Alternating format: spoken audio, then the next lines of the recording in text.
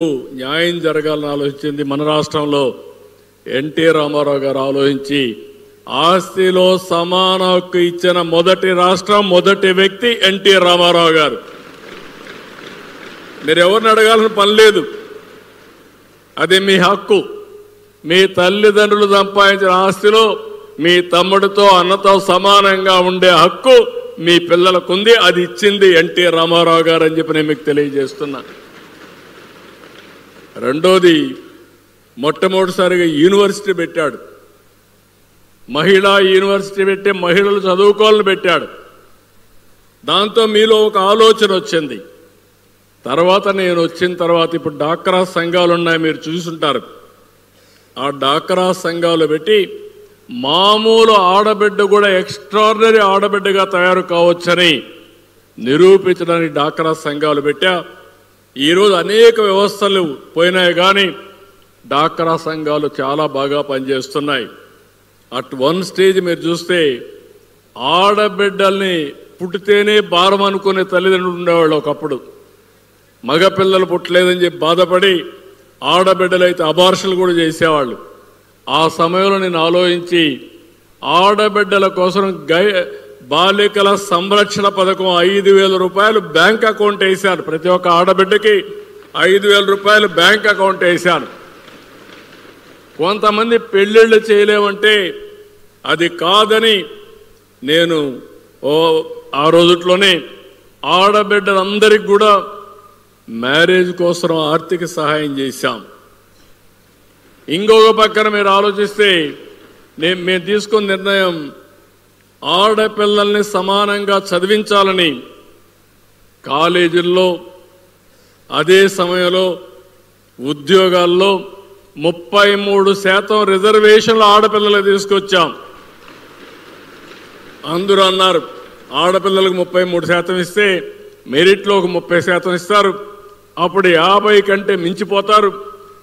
మేమేమవుతానని అడిగితే బ్యాక్లాగ్ ఉంది, ఎన్నో ఏళ్ల సంవత్సరాలుగా ఆడపిల్లలు చదువుకోవడం లేదు, దీంతో వాళ్ళు ఇంకా బాగా చదువుకుంటారంటే ఇటీవల నేను చూశాను చాలామంది ఆడపిల్లలతో మగపిల్లలతో మాట్లాడుతున్న పెళ్ళి అయిన తర్వాత ఇద్దరు కూడా ఐటీ చదువుకొని ఉద్యోగాలు చేసిన వాళ్ళు ఉన్నారు. ఇద్దరు ఆదాయం ఎంత వస్తుందని అడుగుతున్నాను. అడిగితే మగపిల్లల కంటే ఆడపిల్లలకు ఎక్కువ ఆదాయం వస్తూ ఉందంటే అది ఈరోజు మీకుండే తెలివితేటలు. అట్ వన్ స్టేజ్ ఇప్పుడు కూడా జరుగుతున్నాయి, కానీ ఒకటే చెప్తున్నాం, ఆడపిల్లల్లో కూడా ధైర్యం ఉండాలి. ఎవడైనా మిమ్మల్ని టీచ్ చేయడమో అవహేళనగా మాట్లాడితే ధైర్యంగా ఎదుర్కొనే ధైర్యం ఆడపిల్లలకు వస్తే ఆటోమేటిక్గా సమస్యకు పరిష్కారం వస్తుంది. మీరు భయపడితే మిమ్మల్ని వెంటాడతారు, మీరు ధైర్యంగా ఫేస్ చేస్తే సెట్ అవుతుంది. మీరు ఆ విషయం గుర్తుపెట్టుకొని మీరేం బలహీనులు కాదు. అదే లోకేష్ గారు ఇప్పుడు చెప్పింది, మీ మంత్రి గారు. ఆడపిల్లల మారిగా ఏదో కొన్ని మాట్లాడుతూ ఉంటే మనం అంటాం ఆడపిల్ల మారిగా ఏడవద్దనో లేకుంటే గాజులు దొరుకున్నామని మాట్లాడడం. ఇవన్నీ కూడా పోవాలి. అవి పోవాలంటే మీరు ఒక అడుగు ముందుకేయాలి. నేను ఒక్కసారి అయితే ఆలోచించినప్పుడు ఇప్పుడు ఆర్టీసీలో డ్రైవర్లు కండక్టర్లు ఉన్నారు, అది నేనే రిజర్వేషన్లు పెట్టినప్పుడు తీసుకొచ్చాను. కడాన నేను ఆలోచించి ఆర్టీసీ డ్రైవర్లుగా కూడా ఆడపిల్లలు పనిచేయాలని రిజర్వేషన్లు పెట్టాను, కానీ అది ఒక్కటే నేను సక్సెస్ కాల. అక్కడ అన్నీ సక్సెస్ అయ్యాను. నేను అప్పట్లోనే జర్మనీలో చూసేవాడిని. ఆడపిల్లలు ఆడవాళ్ళు డ్రైవర్లుగా పనిచేసి ట్యాక్సీ డ్రైవర్లుగా సమర్థవంతంగా పనిచేసేవారు. ఈ విధంగా ఆకాశమే హద్దుగా ముందుకు పోయే పరిస్థితి వస్తుంది. నేను అందుకనే ఉమెన్ ఎంపవర్మెంట్ కూడా ఉండాల్సిన అవసరం ఉంది. ఆ సమయంలో మిమ్మల్ని అందరినీ కోరుతున్నా, మళ్ళీ మీరు పెద్ద అయిన తర్వాత ఈ మధ్య కొత్త ట్రెండ్ ఒకటి వచ్చింది. భార్యాభర్త ఇద్దరికి ఉద్యోగాలు కావాలి, డబుల్ ఇన్కమ్ రావాలి, no kids. Double income, no kids, let us enjoy. ఇది కొత్త సిద్ధాంతం అయింది. అలాంటి మాత్రం ఆలోచించద్దండి. కనీసం 2 పిల్లలుండేడుగా చిన్నప్పటి నుంచే మీరు కూడా మెంటల్గా తయారు కావాల్సిన అవసరం ఉందని చెప్పి మీ అందరికి విజ్ఞప్తి చేస్తున్నా. అదే ఇప్పుడు పాలసీ మార్చుకొని పాపులేషన్ మేనేజ్మెంట్ అంటున్నాను నేను. ఇది చేయగలిగితే ఆ పాపులేషన్ అనేది కొన్ని దేశాల్లో చెప్పిన ఇనే పరిస్థితులు లేరు. ఇప్పుడు చైనా ఉంది, సింగిల్ చైల్డ్ నామ్ పెట్టారు ఒకప్పుడు. ఇప్పుడు దానివల్ల జనాభా తగ్గిపోయింది.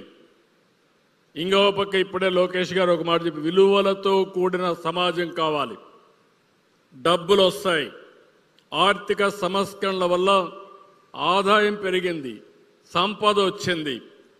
ఒకప్పుడు సిద్ధాంతపరంగా పనిచేసేవాళ్ళు, విలువలతో పనిచేసేవాళ్ళు ఇప్పుడు అవి మర్చిపోయి మెటీరియలిస్టిక్ హ్యాపీనెస్ వస్తూ ఉంది. తల్లిని చూసుకునేటువంటి బిడ్డలున్నారు.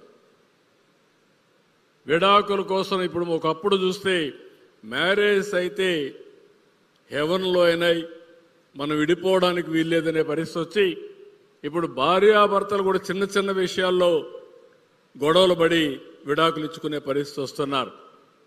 భారతదేశంలో మీరు గుర్తుపెట్టుకోవాలి, ప్రపంచంలోని one of the best family వ్యవస్థ ఉండే ఏకైక రాష్ట్రం భారతదేశం. అది మన వారసత్వం. తల్లిని తండ్రిని గౌరవించే సంస్కారం. తండ్రి పిల్లలు ఏ స్థాయిలో ఉన్నా తల్లి కానీ తండ్రి కానీ పిల్లల్ని ఎప్పుడప్పుడు గైడెన్స్ ఇవ్వడం. ఈరోజు కొన్ని సంస్కృతులు చూస్తున్నాం. తండ్రి కొడుకు అప్పు ఇస్తాడు, కొడుకు తండ్రికి అప్పు ఇస్తాడు. ఓసారి పిల్లలు తల్లిని చూసుకోరు. పిల్లలు కొంతమంది చూస్తే తండ్రి ఆస్తి ఇవ్వలేదని నానా ఇబ్బందులు పెట్టిన పిల్లలను కూడా చూస్తున్నాం. ఇక్కడికి మళ్ళీ నేను వచ్చిన దానికి మీకు ఒకసారి గుర్తుపెట్టుకోవాల్సింది,